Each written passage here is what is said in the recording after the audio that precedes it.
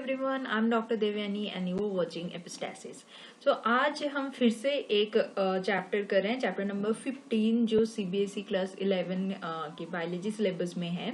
And इसमें इस पूरे चैप्टर में बस plant growth regulators that means PGR वाला पोर्शन ही इस चैप्टर का हमारे रिड्यूस्ड या फिर जो रिवाइज सिलेबस है फॉर 2020-2021 सेशन, इसमें बस ये चीज ही है। ओके, सो इसमें भी हम लोग क्विक रिवीजन करेंगे बस प्लांट ग्रोथ रेगुलेटर्स के। तो ये मेनली इसलिए है ताकि जो बच्चे CBSE क्लास 11 में पढ़ते हैं एंड उनका बोर्ड एग्जाम है उनकी तैयारी हो सके। एंड इसके बाद पूरे चैप्टर्स, एक्चुअली नीट का कोई रिवाइज सिलेबस अभी तक आया नहीं है तो पूरा सिलेबस नीट में होगा, यही मान के चलते हैं। तो फिर ये चैप्टर हम पूरा कंप्लीट करवाएंगे एंड उसके बाद उसके नीट लास्ट 32 ईयर्स में नीट में जो भी इस चैप्टर से क्वेश्चंस आए हैं उसको हम एड्रेस करेंगे। So without wasting much time, let's get into the video. So the chapter name is chapter 15. It is plant growth and development. So इसमें बस plant growth regulators हमारे सिलेबस में है, लेकिन उसके पहले हमें जानना पड़ेगा कि what is plant growth. Plant growth के कुछ different features होते हैं जो एनिमल से काफी अलग हैं, right. So plant growth characteristics क्या है? एक तो root, stem, leaves, flowers, fruits and seeds. ये एक सीक्वेंस में आता है, सीक्वेंस में ग्रो होता है। पहले रूट, उसके बाद stem, leaves, flowers, fruits and seeds, सारे they arise in a orderly sequence. Number 2, trees continues to increase in height or girth. Okay, so इसका जो growth है वो animal से different इसलिए है क्योंकि trees में, कोई भी animals में क्या होता है, एक certain time के बाद growth नहीं होता, right? But trees में ऐसा नहीं होता है, they can continuously increase in height and girth. Okay, so mainly and leaves, flowers, fruits have limited dimension. इनका भी ऐसा नहीं कि ग्रोथ होगा इसका मतलब ये बढ़ता ही रहेगा। हर दिस ऑर्गन्स में लीव्स, फ्लावर्स एंड फ्रूट्स के एक स्पेसिफिक डायमेंशन है and they appear and fall periodically and repeatedly. So leaves आते रहते हैं एंड एक पर्टिकुलर टाइम के बाद वो गिर जाते हैं। फ्लावर्स, फ्रूट से पीरियोडिकली ग्रो होता है एंड ये रिपीटेड सीक्वेंस में आते हैं एंड फॉल होते हैं। Next, vegetative phase proceeds flowering. So पहले जो भी प्लांट है, जो भी ट्री है, उसका एक वेजिटेटिव फेज आता है जिसमें बस ग्रोथ होती है। उसके बाद its leads to flowering and flowers ही एक्चुअली सेक्सुअल रिप्रोडक्शन का ऑर्गन है प्लांट के लिए एंड इसके बाद वहां पे रिप्रोडक्शन होगा। Next, relationship between the structure and the different parts and their function. So यहाँ पे प्लांट के सारे जो ऑर्गन्स हैं और सारे जो डिफरेंट पार्ट्स हैं उनके स्ट्रक्चर्स काफी रिलेटेड है उनके फंक्शन से। क्या फंक्शन, वो रोल, क्या रोल प्ले करते हैं प्लांट के एक्टिविटीज में, उसके ऊपर डिपेंड करके स्ट्रक्चर एंड फंक्शन का एक काफी अच्छा रिलेशनशिप है। नेक्स्ट, सो ऑल जो प्लांट्स है वो मेनली एक सिंगल सेल से बनती है and that is zygote. So all plants are descendants of zygote and after the fusion of two gametes, that means pollen grains and ovules, zygote form and zygote form होने के बाद एक precise and highly order sequences और succession of events होते हैं, right. So what is this, what type of sequences और events? They actually cell divide होता है एंड बहुत ही प्रिसाइज एंड प्री डिफाइंड एक हाईली ऑर्डर्ड सीक्वेंस और सक्सेशन ऑफ इवेंट्स होते हैं एंड फाइनली एक कॉम्प्लेक्स बॉडी ऑर्गेनाइजेशन होता है, राइट। सो एक जाइगोट से ये सारे सीक्वेंस और इवेंट्स होने के बाद धीरे धीरे वो ग्रो करने लगता है एंड फाइनली एक कॉम्प्लेक्स बॉडी ऑर्गेनाइजेशन फॉर्म करता है। नाउ इसमें और एक चीज है, ये फाइनल फर्टिलाइजेशन के बाद जो सीड फॉर्म होता है, ये सीड वही डोरमेंट कंडीशन में बहुत टाइम तक रह सकता है जब तक ना उसको फेवरेबल कंडीशन मिले, right? So when there is favorable condition, then only seed will germinate. So ये plant growth का और एक important thing है कि seed can be stay in a dormant phase and when there is a favorable condition is there, like atmosphere or water or nutrition, or all these things are favorable for its growth, then only seed germinate, right? So overall development or plant development is equal to growth plus differentiation. So what is differentiation? Differentiation के through जो भी sales है उसको definite एक function मिलता है कि which function it actually follow. Okay, so उस प्लांट के उस सेल्स को कौन सा फंक्शन प्ले करना है, राइट? सो ये ग्रोथ एंड डिफरेंशिएशन, ये दोनों चीज को इकट्ठे हम डेवलपमेंट बोलेंगे. Mainly we are talking about only plant growth or plant development, right? Next is growth. So what is growth? In case of what is plant growth, it is fundamental and conspicuous characteristics of living beings. So growth animals में भी होता है, plants में भी होता है, and it is irreversible. ये कभी रिवर्स नहीं होता. Irreversible permanent increase in the size of an organ और इट्स पार्ट्स और even on an individual cell. So कोई भी सेल हो गया, कोई भी डिफरेंट पार्ट हो गए प्लांट के और कोई भी ऑर्गन है, इसका साइज इंक्रीज होगा. So the outcome of growth is the increase in the size of the particular organ और इट्स पार्ट और its even an individual cell. So ये जो ग्रोथ इंक्रीज होगा ये इरिवर्सिबल है, मतलब इंक्रीज होने के बाद वो कभी वापस फिर से पहले वाले साइज में वापस नहीं जा सकता, right?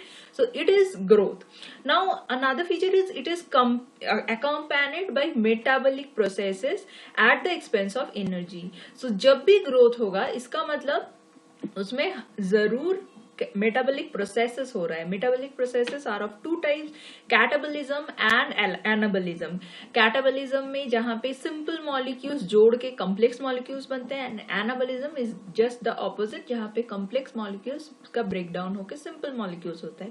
So growth is always accompanied, मतलब ग्रोथ हो रहा है मतलब जरूर उसमें मेटाबॉलिक एक्टिविटीज और मेटाबॉलिक प्रोसेसेस भी हो रहा है, लाइक कैटाबॉलिज्म और and anabolism both are there. And ये सारे process at the expense of energy. ये ग्रोथ के लिए जरूर एनर्जी चाहिए, राइट? एंड एनर्जी की सप्लाई होती है एंड फूड, जो भी फूड होता है उसी से एक्चुअली एनर्जी मिलती है. तो ये growth metabolic processes are very interlinked. Now there are different characters of plant growth, like they are indeterminate, they are measurable, that means आप मेजर कर सकते हो कितना लेंथ इंक्रीज हो रहा है स्टेम का और शूट का एक्सेट्रा.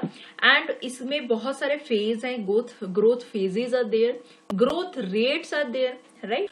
सो कितने टाइम पीरियड में ये कितना ग्रो किया, so that is the growth rate.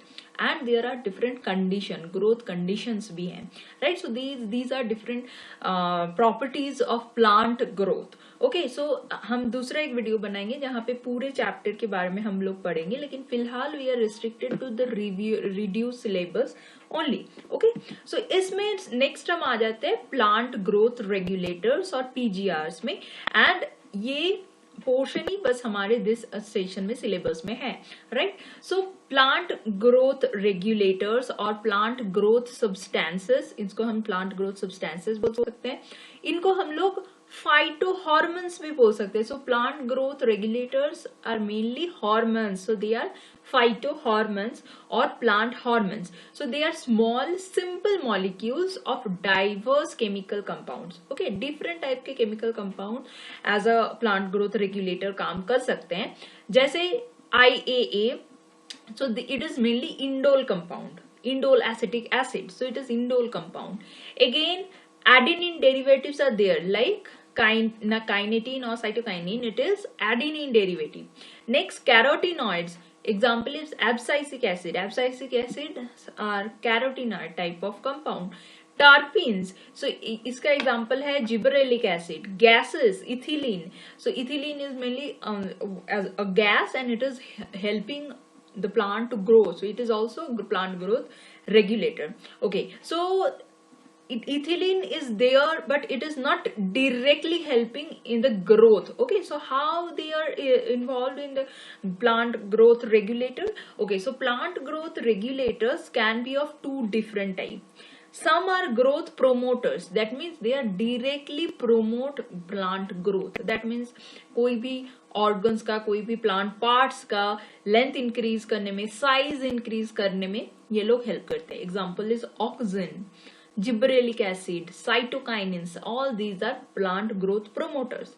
And there are growth inhibitors also, right? So ethylene and abscisic acid, they are not increase growth but they are inhibiting growth. So how they help in the plant growth? Because कभी कभी ऐसा situation होता है जहाँ पे favourable condition नहीं है, तो इस टाइम पे ग्रोथ को इनहिबिट करना है, राइट? बिकॉज जब कोई स्ट्रेस हो रहा है, दैट मीन्स एनवायरमेंटल स्ट्रेस है प्लांट को, तो ग्रोथ इनहिबिट हो जाता है, and it is mainly done by ABA and ethylene. Okay, so they are also regulating plant growth. That's why we are called as plant growth regulators. Okay, so there are two different kinds of plant growth regulator: growth promoters and growth inhibitors. So their action is quite opposite to each other. ये group auxin, gibberellin and cytokinins ये directly plant के growth में help करता है. Abscisic acid and ethylene ये इसका just opposite function है, ये ग्रोथ को इनहिबिट करता है. Now come to the discovery of PGR. So ये सारे बहुत accidentally this small compounds are discovered. So first is Charles Darwin and Francis, उनके बेटे फ्रांसिस डार्विन ने फर्स्ट ऑक्सिन को डिस्कवर किया था. कैसे? Coleoptiles of canary grass. So canary grass का जो कोलियोप्टाइल पोर्शन है, what is the coleoptile? Coleoptile is mainly the top most portion of tender shoot. Okay, so ये एक कोई भी यूनिलैटरल इल्यूमिनेशन होगा, मतलब कोई भी एक पर्टिकुलर डायरेक्शन से लाइट आ रही है, राइट? तो ये कोलियोप्टाइल का जो टिप है वो हमेशा लाइट की तरफ ही ग्रो करेगा, right? So it is called phototropism. So by growing towards the light source. So यहाँ पे ये जो टिप है, शूट है, यहाँ this portion is called coleoptile. So यहाँ पे एक पर्टिकुलर एक्टिव कंपोनेंट और पर्टिकुलर प्लांट ग्रोथ रेगुलेटर का सिंथेसिस होता है, right? So this synthesis, so due to this chemical only plant only bend towards the direction of the light. सो यहाँ पे देखो कि इस एरो वाले डायरेक्शन से लाइट आ रही है. So this is coleoptile portion and यहाँ पे लाइट आ रही है, तो ये इसको हम जितना ही कोशिश करें, ये इसके ऊपर ही ये टॉप वाले पोर्शंस में ही ऑक्सिन की सिक्रीशन होगी और सिंथेसाइज होगी, एंड फाइनली वो धीरे धीरे लाइट की तरफ ग्रो करेगा, मूव करेगा, right? So it is, so the final active component or auxin was isolated by FW Wendt, right? Next is Bakani is a disease of rice seedling. इसको हम foolish seedling disease भी कहते हैं. ये mainly एक fungal pathogen से होता है, and the fungi is called Gibberella fujikuri. Okay, so this is the pathogen, and इसका अगर हम filtrate दे तो फिर ये डिजीज फॉर्म हो सकता है. तो so finally E Kurosawa the scientist का नेम है, इन 1926 ये एक्टिव सब्सटेंस जो इस फंगी के फिल्टर में होता है इसको आइडेंटिफाई किया, and this is gibberellic acid. So gibberellic acid is there and gibberellic acid also helps in plant growth, right? So it is the next PGR is gibberellic acid. Next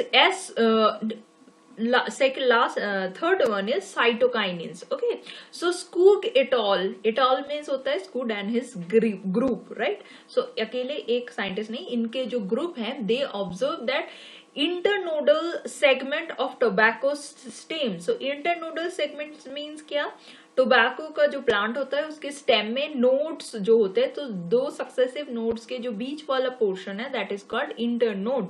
and internodal segment of tobacco stems of callus proliferated only if in addition to auxin the nutrient medium was supplemented with cytokinins. So what is callus? Callus is a group of cells. So इसको हम अगर laboratory में grow करवाएं तो यही internodal portions के कुछ sales को हम उठा के लेके आए और लैबोरेटरी मीडियम में न्यूट्रिएंट मीडियम डाल के उसको ग्रो करने के लिए दे दिया. तो बस ऑक्सिन ही उसके लिए काफी नहीं है, उसमें एज अ सप्लीमेंट साइटोकाइनिन्स भी देनी पड़ती है. So that's why it is invented that cytokinins are also involved in plant growth, right? So Miller et al 1955 में identified the active substance, and the active substance for plant growth regulator is kinetin, right? Next is mid 1960s में 3 different inhibitors discovered हुए थे, and these inhibitors named as inhibitor B, abscission 2 and dormin, and finally पता चला they are chemically identical and ये inhibit करता है, growth inhibit करते हैं, so that's why they are named as abscisic acid, and they are so these 3 compounds are chemically same, so it is mainly ABA. And last one is ethylene HH Cousins in 1910 confirmed the release of volatile substance. So there is a volatile substance, actually it is the gas ethylene from ripened oranges that hasten the ripening of stored unripe bananas. So अगर हम ripened banana के orange के पास unripe banana रख दे, so एक volatile substance उसमें से ripe and orange से evaporate होगा, जो अनराइप बनाना को भी जल्दी से राइप कर देगा, right? So this volatile substance is called ethylene, right? So it is again another PGR. Now अब हम लोग एक एक जो plant growth regulators है इसके बारे में पढ़ेंगे. So first one is auxin. So it is a Greek word auxin, AUXEIN, and its meaning is growth. Okay, so it was first isolated from human urine. So this सोचो कि ये जो plant growth hormone है ये first जो isolate हुआ था that is from an animal और ह्यूमन यूरिन. ओके, एंड इसका chemical name is indole acetic acid और IAA. So they produce by the growing apices of the stem and root. So stem के भी जो growing एकदम tip होता है and जो रूट्स के भी एकदम टिप होती है जहां से वो ग्रो होता है, सो वहां पे मेनली ये ऑक्सीन सिक्रीट होता है और सिंथेसाइज होता है, and they migrate to their action regions, and यहाँ से वो their action regions only, they are not responsible for growth of only stems and roots. So जहां पे भी इनकी जरूरत होती है उस रीजन में ये ट्रांसपोर्ट हो जाते हैं, right? So indole acetic acid, indole butyric acid, IBA, they are all isolated from plants. Next, so there are some synthetic auxins also, like NAA and 2,4-D, 2,4-dichlorophenoxyacetic acid. So these are synthetic auxins. That means they are not isolated from the plant. We can make this type of auxins in the lab. So that's why they are synthetic auxins. So what are the function of auxin? Number one, they help in rooting in stem cuttings. अगर कोई भी plant का हम stem काट के उसको अच्छे से कोई मिट्टी में उसको डाल दें तो वहां से रूट डेवलप होती है, right? So oxygen is helping in this procedure called rooting in stem cuttings. Next, they promote flowering. कोई भी प्लांट में वेजिटेटिव फेज के बाद जब फ्लावरिंग वाला सीजन टाइम आता है तो उसको प्रमोट करता है auxin. Next is they prevent fruit and leaf drop at early stage but promote the abscission of older mature leaves and fruits. So oxygen का दो ऑपोजिट काम करते हैं, लेकिन mainly is first one is fruit and leaf को early stage में ही ये drop करने से रोकता है, इनहिबिट करता है. लेकिन वही अगर ओल्डर हो गए, ओल्डर लीव्स हो गए, मैच्योर लीव्स हो गए एंड ओल्डर फ्रूट्स हो गए तो उसको प्रमोट करते हैं ताकि वो प्लांट से ड्रॉप हो जाए. Okay, so different time frame में कैसे दिस ऑर्गेन्स को ऑर्गन्स की जो भी काम है उसको रेगुलेट करना है, ये करता है auxin. Next another phenomenon is apical dominance. So in most higher plants the growing apical bud. So just see in this figure. So this is the apical bud, growing apical bud inhibit the growth of lateral buds. यहाँ पे ये है, this is apical bud and यहाँ पे जो है these are lateral buds. So mainly higher plants में ये apical buds lateral buds को grow होने नहीं देता. So this is called apical dominance. So removal of shoot tips, अगर हम लोग इसके शूट टिप्स को काट दे, जिस प्रोसीजर को बोलते हैं decapitation, division then results the growth of lateral words. तो तब यहाँ से ग्रोथ साइड वाले जो लैटरल वर्ड्स हैं उसका ग्रोथ देखा जाएगा। सो it is mainly happened in applied in tea plantation, क्योंकि टी प्लांट जो होता है वो साइड में ज्यादा ग्रो करते हैं, क्योंकि टी लीव्स चाहिए होता है। सो अगर प्लांट बहुत लंबा होगा तो हमें प्लक जो प्लांट्स के लीव्स हैं उसको प्लक करने में मुश्किल होगी, इसलिए एपिकल डोमिनेंस को काम में लगाते हुए वो जो एपिकल पार्ट है शूट टिप्स को काटते रहते हैं ताकि वो लैटरली ग्रो करे, राइट। और हेज मेकिंग में भी ये हेल्प करता है। So and again so this procedure apical dominance is mainly done by auxin. Again they induce parthenocarpy, example is tomato. What is parthenocarpy? जहां पे विदाउट फर्टिलाइजेशन फ्रूट ग्रो कर जाता है, राइट। एंड इसमें कोई भी सीड नहीं होता क्योंकि फर्टिलाइजेशन नहीं हुआ है, so that's why there is seedless fruit will be there, right? So इसमें भी हेल्प करता है auxin. They are also used in herbicides. Actually 2,4-D जो है सिंथेटिक ऑक्सिन, ये डाइकोटाइलेडोनस जो वीड्स है इसको किल कर देता है, इसलिए कोई भी लॉन्स में हो जहाँ पे वीड नहीं चाहिए वहां पे ऑक्सिन यूज होता है। Again control xylem differentiation, xylem के डिफरेंशिएशन में भी हेल्प करता है and helps in also in cell division, because growth is its main function. So growth कैसे होगा? सेल डिवाइड करके होगा। So auxin mainly helps in cell division, right? So this is all about auxin. So बाकी जो 4 PGRs है उसके बारे में हम लोग नेक्स्ट वीडियो में चलते हैं उसके लिए। And if you like my video don't miss the next one and please do subscribe to epistasis and hit the like button. Till then take care and thank you.